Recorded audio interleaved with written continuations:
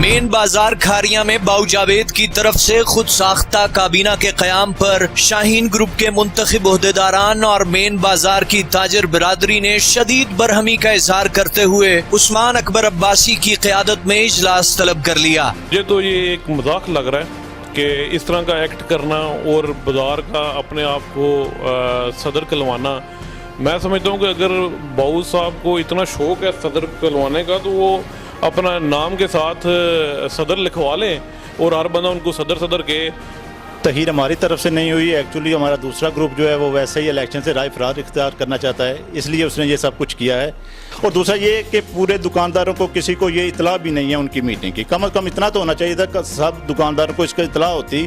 ہم اسے totally reject کرتے ہیں، یہ طریقے سے ہٹ کے ہے یہ کارنامہ ان کا، اور یہ نہ یہ زیب دیتا ہے نہ یہ روایت ہے، اور نہ ہم اس طرح کی کوئی روایت ڈالنا چاہتے ہیں۔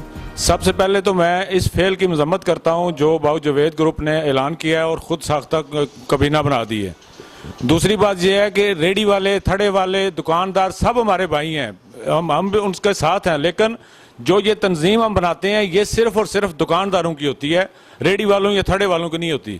منتخب کابینہ کی مدت ختم ہونے کے بعد باقاعدہ طور پر الیکشن کمیشن کے قیام سے پہلے ہی باؤ جاوید کا خود ہی الیکشن کمیشن، خود ہی امیدوار اور خود ہی ووٹر کا کردار ادا کرتے ہوئے اپنی خود ساختہ صدارت کے اعلان اور کابینہ کے قیام پر تاجر برادری شدید تشویش کا شکار ہے۔